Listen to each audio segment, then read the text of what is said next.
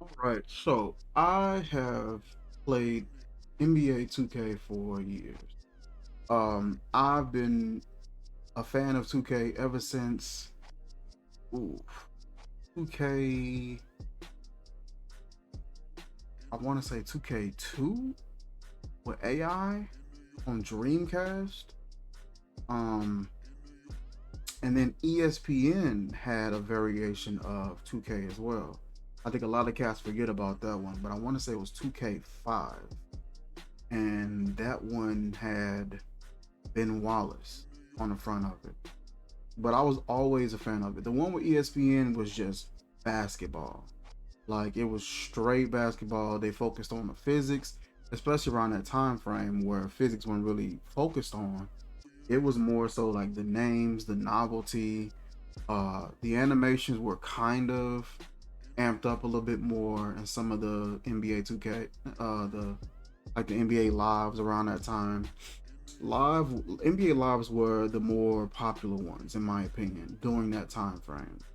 The dunk contest came and that's what stole it. 2005 NBA Live 2005, it just stole it, and it became all about live all the way until I want to say 2K9.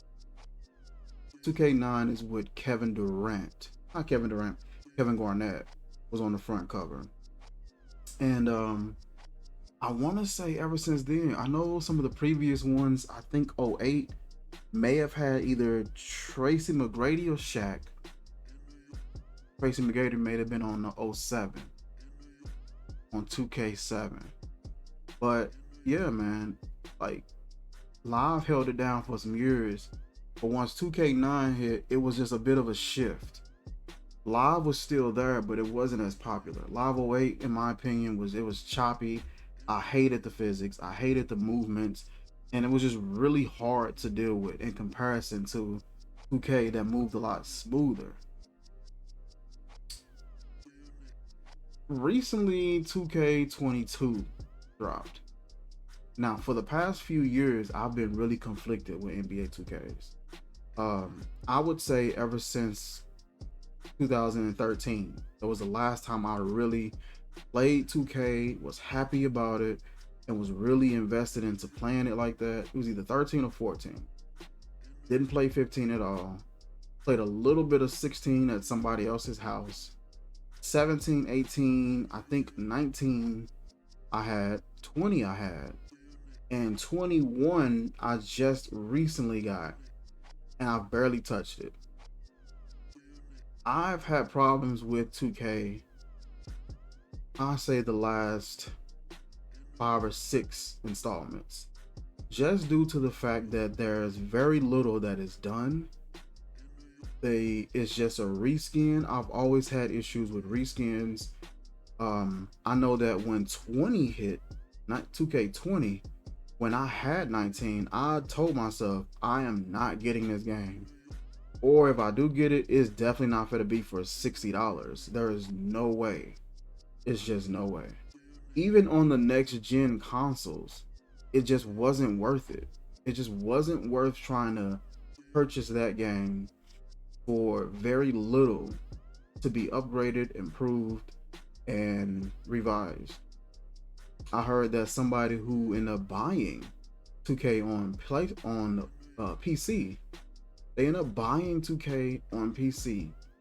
They did such a terrible reskin job that when they downloaded it and then installed fully, the icon on the desktop said 2K19.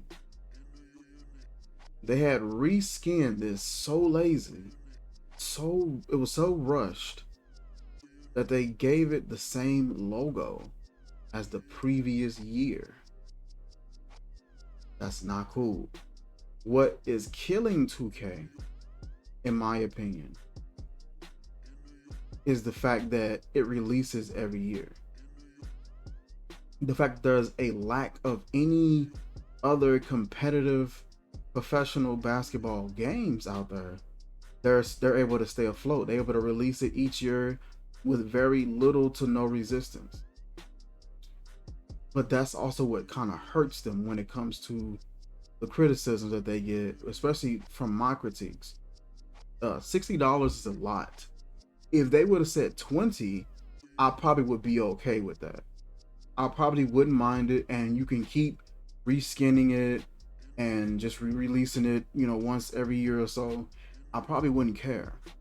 But the fact that this is a full-blown $60 every year, and then nothing's really changing, that's a lot, yo.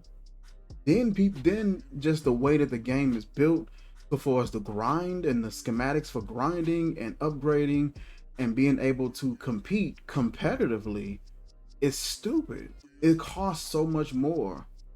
And if you're not going to pay for the VC, it's the time you got to spend grinding, trying to get badges. That's what 2K is all about now. If you don't have badges, it's just you out of there. With this new one, I said to myself, I'm not getting this. It's just, I barely played 21. Me getting this, why? There's no reason. The only reason I would get it is to see what the story mode is like, because that's really the only reason I even play. I don't really be in the park like that, because just the game and just the mechanics is off. It's really hard to get a shooting rhythm going, and I don't know the exploits. Everybody else knows the exploit. They know if I hit this dribble at this angle, it'll give me this boost. If I hit this shot right here at this spot, time it a certain way, I can get an automatic green, So certain players know certain exploits that I haven't spent any time to learn.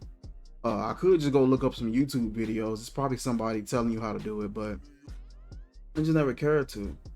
And I told myself that with 2K22, I just would not buy it. I've been hearing mixed reviews on it so far. People saying that, you know what, this is not good. This is this. This is that. This is the people complaining about defense. They were saying that the defense, sometimes you just sliding too much. You're over committing when you're not even really trying to. It doesn't respond as quickly as you would like for it to respond. Offense, sometimes it's hard for you to shake the PC. A lot of complaints that I was getting wasn't even on PvP. It was people just saying that sometimes it's going against the computer. The computer will just clamp down on you, which I kind of like. I like the fact that the PC can make it a little bit more difficult. That way I can consider getting a challenge from the computer. You know what I mean? And I can actually play a game of basketball. But if you sit and you watch a PvP basketball game on any 2K, it is the wackiest, most confusing, headache-inducing footage. It's just people running around crazy and wacky, and green lighting is not even basketball. It's just exploits. If they could have a flying motorcycle in the game, I promise you they would. I promise you. If they could get a missile launcher in this basketball game, they do it. It's all about exploits. No one's really playing a basketball game. And this is what hurts a lot of these games. So let's pull up some of the features that they said they have for this particular installment. It says NBA 2K22 features. Just like last year, they telling you from the gate, just like last year, ain't nothing changed. Let's see. So just like last year, you could expect numerous improvements and changes, with a particular focus on current generation platforms, which is the Xbox Series X, the Xbox Series S, and PS5. I don't know what the Xbox Series S or X is. I am so out of the loop when it comes to these games. I just haven't really been able to tune in like that. Here are some of the highlights from NBA 2K22's known features and upgrades. Revamped block, steal, body up, shot contest systems. Now that was something that I complained about, is when I want to put my hands up and then put my hands down, it's such a slow transition. If I go like this on somebody, being able to drop back and backpedal a little bit to stay in front of them, or to maybe trying to shadow them left and right, it would just, you would move so slow. He would literally move like this. And I'm like, come on, you are a professional basketball player. And I just wouldn't understand it. Yeah, I always feel like that needed some more work. Tweaks to dribbling and shooting, including an emphasis on shot IQ. Now that's one thing I did like about that they started implementing in some of the 2Ks is if you're open, or if someone's closing out on you, those do affect your shot. So taking a smart shot, taking an open shot, taking an open look, it gave you more chances of making it. Even your animation was a little bit more stable, and it's just you get in that good rhythm, that catch and shoot rhythm, and being able to knock that shot down. It was just a little easier to put that shot down versus when somebody's closing out on you. So I did like that, and they did a really good job with implementing that. Overhauled fatigue system that will make you use your bench. Oh, okay. That's not something that I'm necessarily concerned about, because I don't really do exhibitions like that anymore, unless my brothers are over and they just have to play. But for the most part, I'm doing my career. That's really all I really do. Playing alone is where I actually can enjoy the game and enjoy the features. But when the features are embedded in online gameplay and online interaction, people are horrible, man. People are just, they waste your energy, they waste your time. People want to sit up and yell in your ear the whole game. You get some kids that be playing and they're like 8, and you just don't want to play with the 8-year-old. It's just like, I'm not trying to play any basketball game with no kids. And doing online, you run that risk of dealing with somebody that don't even supposed to be playing this. Well, at least it's basketball. They should be able to play that. I ain't trying to run no doggone 1-on-1, 2-on-2 with no 8-year-old. Like I just don't have no patience for that. But that's cool. They're making you utilize the bench a little bit more. So it just sounds like they're just gonna make you tired faster. Like that's all I hear is just like, oh, you better get tired faster. You know what I mean? So yeah, the city. PS5, Xbox Series X only will feature non-playable characters, a quest system, and the game's career mode. Okay. Non-playable characters, like what does that mean? Like the shop owners were non-playable characters. It was a lot of NPCs in 2K City, My Career, or Neighborhood. You had an NPC at the Foot Locker, at the barbershop, at the skate shop, at the clothing shops. You had a lot of NPCs. So that, what is that saying? Last generation platforms will still feature My Neighborhood as the My Career hub. It's set on a cruise ship. That's different. That's different. That's different.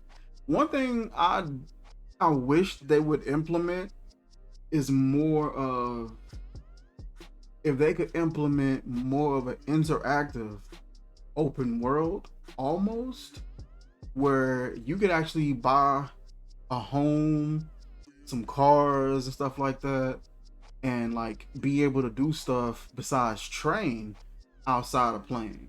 That's fun and interactive still. Like if they can implement that, that'll be pretty cool.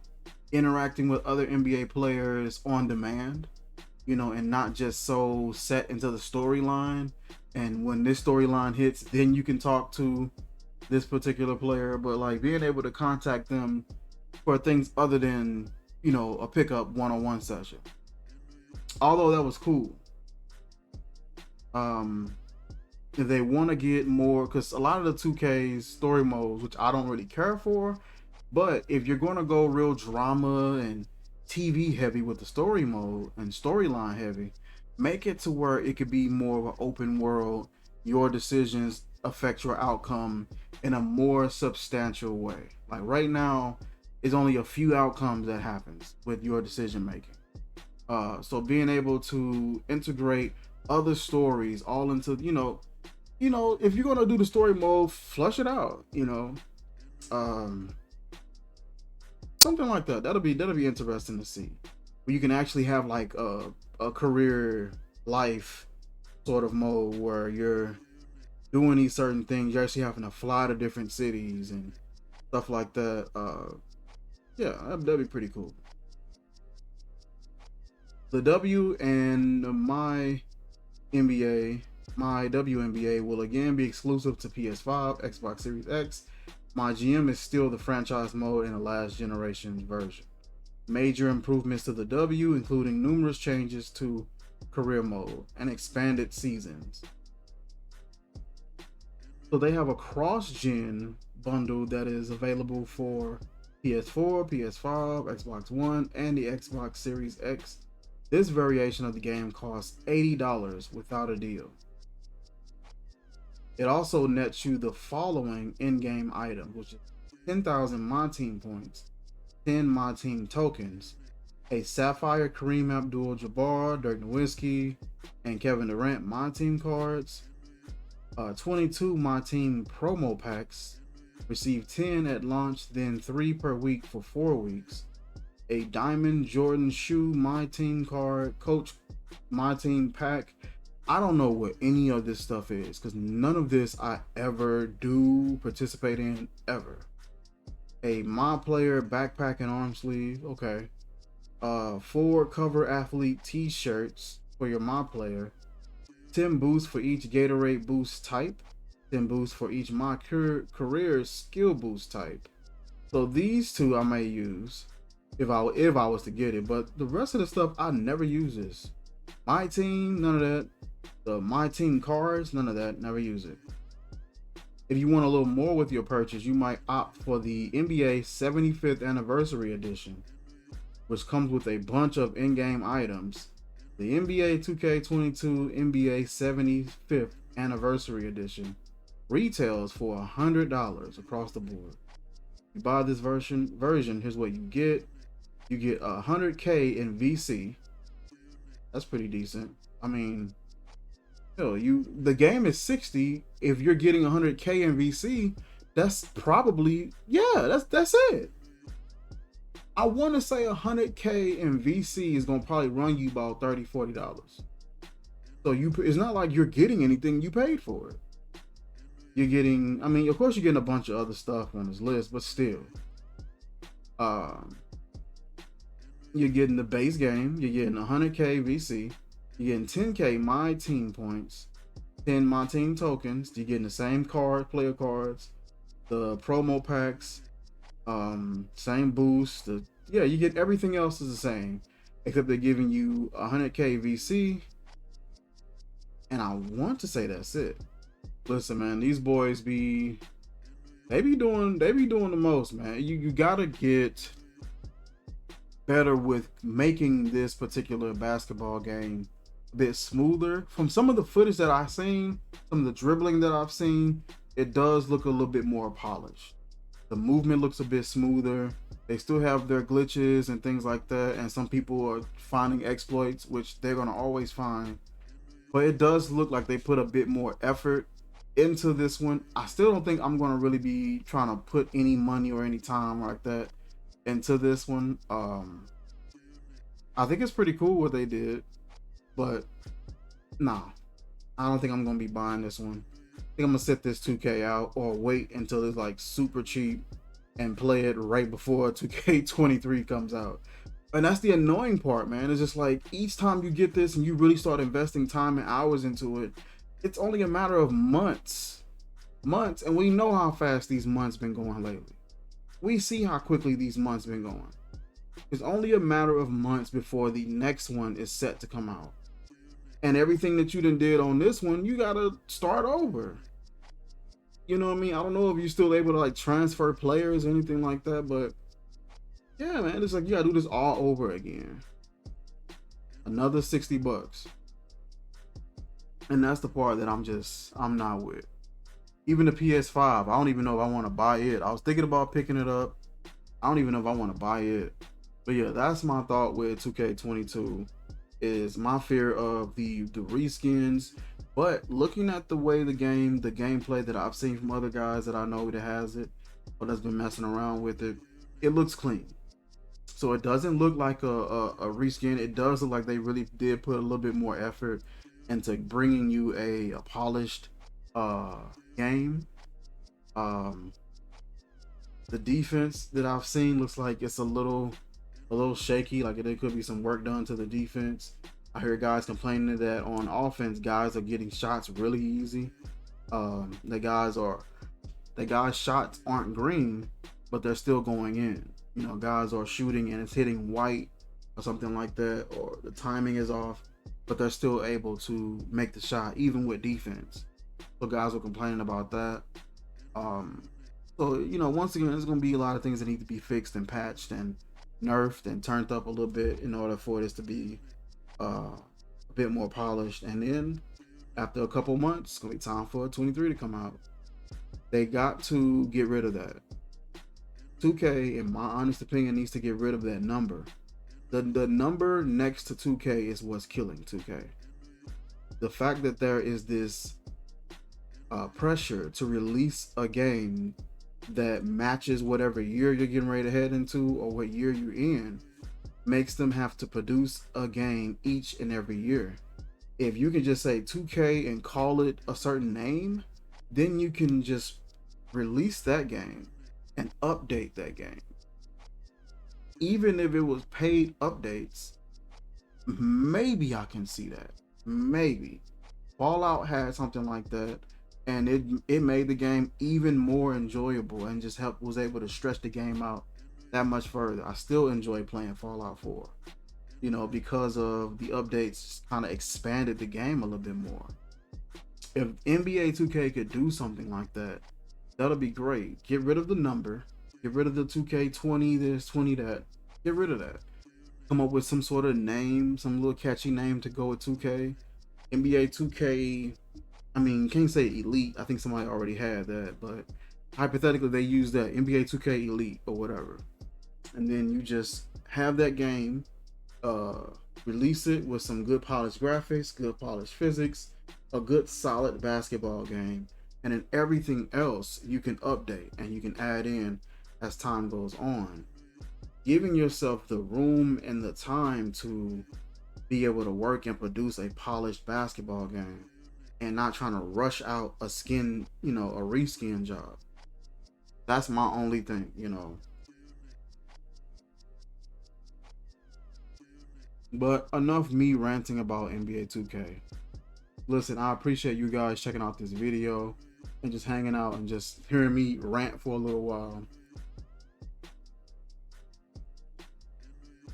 Definitely check out some of our other content. We have fragrance reviews, we got product reviews, but we do movie reviews. Got a segment called What's That About, where we kind of poke a little bit of fun at certain films that we've watched, typically like older films, more classic films, and we'll rewatch them and poke a little bit of fun at them, things like that. Just check out our content. We got some good stuff here. Like, comment, share, subscribe, and I will see you guys soon. Peace.